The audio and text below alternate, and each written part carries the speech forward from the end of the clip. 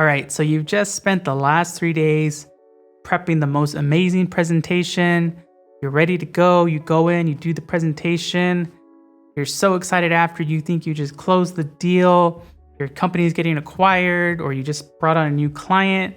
You're so happy, but then you look at everyone and they're just like, so what did you do wrong? Well, that's what we're going to cover today on The Grind. We're going to talk about what you shouldn't do during your presentations. All right, so we all remember when we first learned PowerPoint, we wanted to do all the animations, all the slides and waves and clock animations, every single line and bullet point, throwing in random backgrounds and GIFs.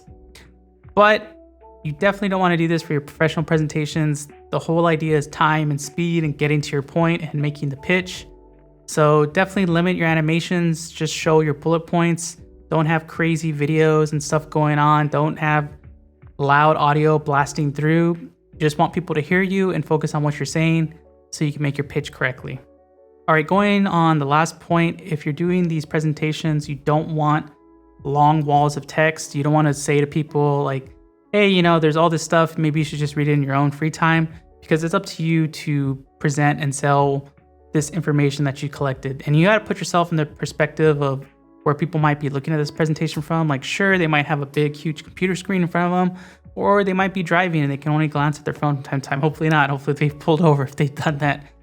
But you need small, short bullet points, and then you elaborate on it, and you don't try and get people to read, and you sound really interested and engaged in what you're talking about. And if you need to say things like, well, if you need to look at the data, then link to it in the presentation and send it to them so they can review it on their own time and at their own comfort.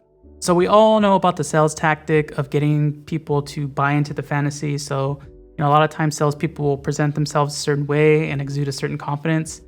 So you want to take this into account yourself. You want whatever makes you feel comfortable and confident, wear that, and make sure you've practiced things and you say things clearly, and you anticipate the questions that people are going to ask you and you have responses for it. But also make sure, your background looks presentable. Like if you're someone that's working from home or working abroad, if the background doesn't fit whatever you're pitching, you can actually use the background removal built into XSplit Presenter to remove your background, and it works with anything, even your laptop webcam, and it's good to go wherever you are. All right, so this has probably happened to a lot of us, but you've done meeting after meeting all day on Google Hangouts, and the last meeting is on Zoom. So you're scrambling to install Zoom, creating an account, update Zoom, and then you're trying to share your screen.